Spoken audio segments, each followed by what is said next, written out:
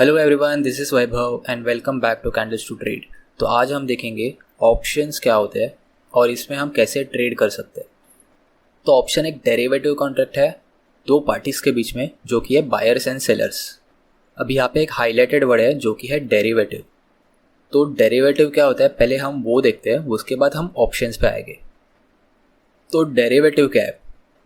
Derivative एक contract है दो पार्टीज़ के बीच में जिसकी वैल्यू एक अंडरलाइंग एसेट पे डिटरमाइन करती है। वो अंडरलाइंग एसेट कुछ भी हो सकता है, जैसे कि बॉन्ड्स हुए, कमोडिटीज़ हुए। कमोडिटीज़ मतलब गोल्ड, सिल्वर, क्रूड ऑयल हुआ, वीट हुए, पल्सेस हुए, राइस हुआ, ऐसे कोई भी कमोडिटीज़ पे, या फिर करेंसीज पे जैसे कि रुपीस, डॉलर्स, पाउंड्स, यूरोस, या फिर इंटरेस्ट रेट्स, मार्केट इंडेक्सेस जैसे कि इंडिया का मार्केट इंडेक्स जिस पे ऑप्शंस ट्रेड होते हैं, जो कि है bank Nifty and Nifty 50, and stocks मतलब कंपनी के शेयर्स। तो ये सब हुए अंडरलाइंग एसेट्स। तो डेरिवेटिव क्या होता है? डेरिवेटिव एक कॉन्ट्रैक्ट होता है अंडरलाइंग एसेट पे, जिसकी वैल्यू एक अंडरलाइंग एसेट पे डिपेंड करती है। अगर अंडरलाइंग एसेट का वैल्यू ऊपर जाता है तो डेरिवेटिव कॉन्ट्रैक्ट का वैल्यू भी ऊपर जाएगा। वैसे ही अगर अंडरलाइंग एसेट का वैल्यू नीचे जाता है, गिरता है, तो डेरिवेटिव कॉन्ट्रैक्ट्स का भी वैल्यू नीचे जाएगा, गिरेगा। अब हम यही एक्सप्लेनेशन एक एग्जांपल के थ्रू देखेंगे जिससे आपको एक क्लियर आइडिया आ जाएगा। तो हम यहाँ पे एक ओनियन का एग्जांपल लेंगे और उसके ही रिलेटेड ओनियन के ऑप्शन का एग्जांपल लेंगे। हम दोनों को डायरेक्टली लिंक करेंगे साइड बाय साइड। ओनियन यहाँ पे एक अंडरलाइंग एसेट है एंड ऑप्शन एक कॉन्ट्रैक्ट है ओनियन का ऑप्शन का, जो ओनियन के प्राइस से डायरेक्टली लिंक्ड है। तो सबसे पहली बात, ओनियन की प्राइस होती है एंड ऑप्शंस के प्रीमियम होते हैं।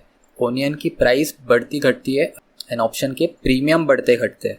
लेफ्ट साइड में है ओनियन एंड राइट साइड में है ओनियन के ऑप्शन का कॉन्ट्रैक्ट।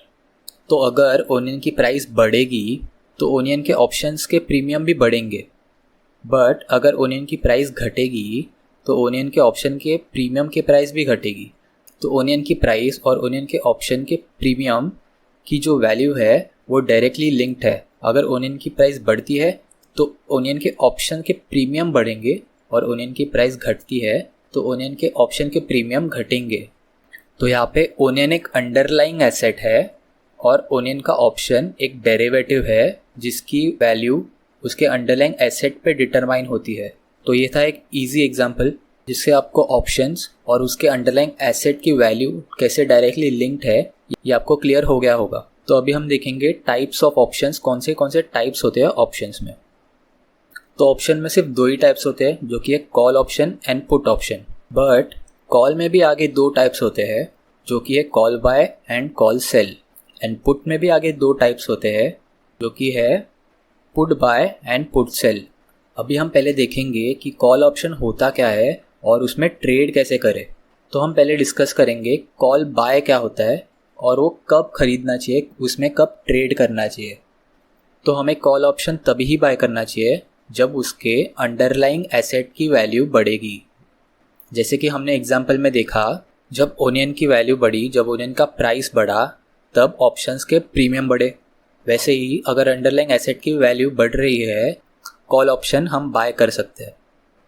तो कॉल ऑप्शन बायर के पास राइट होता है वो शेयर, वो अंडरलाइंग एसेट एक्सपायरी के दिन, एक्सपायरी के डेट पे उसको बाय करना है कि नहीं, ये ऑप्शन बायर के ऊपर होता है। यहाँ पे एक्सपायरी डेट मतलब क्या? एक्सपायरी डेट मतलब ऑप्शन एक कॉन्ट्रैक्ट है तो हर एक कॉन्ट्रैक्ट का एक एक्सपायरी डेट होता है। वैसे ही ऑप्शन का भी एक एक्सपायरी डेट होगा, चाहे वो वीकली हो, मंथली हो, 2 मंथ्स का हो या 3 मंथ्स का हो, एक एक्सपायरी डेट होगा। उस दिन पे वो ऑप्शन एक्सपायर हो जाएगा, वो ऑप्शन, वो कॉन्ट्रैक्ट ख़त्म हो जाएगा। तो कॉल बायर के पास राइट है कि उस दिन, वो एक्सपायरी के दिन, वो अंडरलाइंग एसेट को बाय करना चाहता है कि नहीं। उसके पास ऑब्लिगेशन नहीं है। ऑब्लिगेशन मतलब क्या? कि उसको बाय ही करना है वो अंडरलाइंग एसेट, ऐसा नहीं है। वो उसके विल के ऊपर है उसको बाय करना है या नहीं। तो कॉल ऑप्शन बायर का प्रॉफिट अनलिमिटेड होता है। अब जितना भी अंडरलाइंग एसेट का वैल्यू बढ़ेगा उतना ही कॉल ऑप्शन के प्रीमियम्स बढ़ेंगे, तो उसका प्रॉफिट अनलिमिटेड होता है एंड उसका लॉस सिर्फ लिमिटेड होता है, क्योंकि ये बायर है, ये प्राइस पे कर रहा है जो कि है ऑप्शन का प्रीमियम। जितना ऑप्शन का प्रीमियम होगा उतना ही उसका मैक्सिमम लॉस होगा। तो यहाँ पे कॉल ऑप्शन बायर का लॉस हमेशा लिमिटेड होता है और प्रॉफिट अनलिमिटेड होता है। तो अभी हम देखेंगे कॉल ऑप्शन सेल क्या होता है और कॉल ऑप्शन सेल कब करना चाहिए। तो जब भी अंडरलाइंग एसेट की वैल्यू गिरेगी घटेगी तभी हम कॉल ऑप्शन सेल कर सकते हैं। तो कॉल ऑप्शन सेलर के पास एक ऑब्लिगेशन है अंडरलाइंग एसेट को एक्सपायरी के दिन डिलीवर करने के लिए। अभी ऑब्लिगेशन मतलब कॉल ऑप्शन सेलर को एक्सपायरी के दिन ऑप्शन का अंडरलाइंग एसेट डिलीवर करना ही करना है, चाहे वो प्रॉफिट में कर रहा हो या लॉस में कर रहा हो। यहाँ पे कॉल ऑप्शन सेलर का प्रॉफिट लिमिटेड होता है एंड लॉस अनलिमिटेड होता है। लॉस अनलिमिटेड कैसे? अगर अंडरलाइंग एसेट की वैल्यू अगर बढ़ती रही तो कॉल ऑप्शन सेलर को बहुत लॉस होते जाएगा और वो अनलिमिटेड होगा। तो यहाँ पे आपको एक डाउट आया होगा, अगर कॉल ऑप्शन सेलर को अनलिमिटेड लॉस हो सकता है फिर तो कोई भी कॉल ऑप्शन सेल नहीं करेगा, बिकॉज यहाँ पे हायर रिस्क है। बट आपने तो बहुत बार सुना होगा कि higher the risk higher the return. So as per the statistic data call option seller 70% of time profitable होता है and call option buyer only 30% of time profitable होता है। तो ये था कॉल ऑप्शन। कॉल बाय हमें कब करना चाहिए और कॉल सेल हमें कब करना चाहिए। अब हम आएंगे पुट ऑप्शन पे कि पुट ऑप्शन हमें कब बाय करना चाहिए एंड पुट ऑप्शन हमें कब सेल करना चाहिए। तो हम स्टार्ट करेंगे पुट ऑप्शन बाय से। तो पुट ऑप्शन बाय हमें कब करना चाहिए? जब अंडरलाइंग एसेट की वैल्यू गिरेगी घटेगी, बहुत तेज़ी से गिरेगी, तब हम पुट ऑप्शन बाय कर सकते हैं, हमें तभी ही प्रॉफिट होगा। यहाँ पे पुट ऑप्शन बायर के पास राइट होती है एक्सपायरी के दिन अंडरलाइंग एसेट को बाय करने की या नहीं करने की, बट उस पर कोई ऑब्लिगेशन नहीं है वो एसेट को बाय करने की। तो यहाँ पे पुट ऑप्शन बायर का प्रॉफिट अनलिमिटेड होता है। जितना अंडरलाइंग एसेट की वैल्यू गिरेगी घटेगी उतना ही पुट ऑप्शन बायर प्रॉफिटेबल रहेगा। और पुट ऑप्शन बायर का लॉस लिमिटेड होता है, जितना ही वो प्रीमियम पे करता है बायर है तो पे करेगा, उतना ही उसका मैक्सिमम लॉस होगा। तो अभी हम देखेंगे पुट ऑप्शन सेल क्या होता है और उसमें कभी ट्रेड करना चाहिए। तो जब भी अंडरलाइंग एसेट का वैल्यू अंडरलाइंग एसेट का प्राइस ऊपर जाएगा तब हम पुट ऑप्शन सेल कर सकते हैं। पुट ऑप्शन सेलर के ऊपर एक ऑब्लिगेशन होता है कि ऑप्शन के एक्सपायरी के दिन उसे वो एसेट सेल करना ही करना है। यहाँ पे पुट ऑप्शन सेलर का प्रॉफिट लिमिटेड होता है एंड लॉस अनलिमिटेड होता है। अगर लॉस अनलिमिटेड है मतलब यहाँ पे रिस्क ज़्यादा है and higher the risk higher the return. इसीलिए स्टैटिस्टिक्स के डेटा के हिसाब से put option seller 70% of time profitable रहता है and put option buyer 30% of time ही प्रॉफिटेबल रहता है।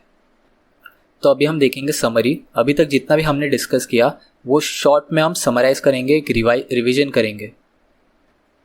तो अंडरलाइंग एसेट, हमने ओनियन का एग्जाम्पल लिया था। अगर ओनियन की प्राइस बढ़ती है तो हम कौन से ऑप्शंस ले सकते हैं, कौन से ऑप्शंस में ट्रेड कर सकते हैं। तो हमारे पास अभी दो ऑप्शंस है जो कि है call option buy and put option sell. ये दोनों ही में हम ट्रेड करके प्रॉफिट कमा सकते हैं अगर अंडरलाइंग एसेट की प्राइस बढ़ती है। वैसे ही अगर ओनियन की प्राइस अगर घटेगी, अगर अंडरलाइंग एसेट की वैल्यू घटेगी, तो हमारे पास दो ऑप्शन है जो कि है put option buy and call option sell. अभी यहाँ पे हमने एग्जांपल में देखा था ओनियन, बट ये अंडरलाइंग एसेट कुछ भी हो सकता है, चाहे वो इंडेक्स ही क्यों ना हो या फिर कंपनी का शेयर ही क्यों ना हो। एंड अभी सबसे इम्पोर्टेंट बात जो कि आप भूल रहे हो वो है लाइक शेयर कमेंट सब्सक्राइब करो यार, अच्छा लगता है। So that's it for this video. Thank you so much for watching.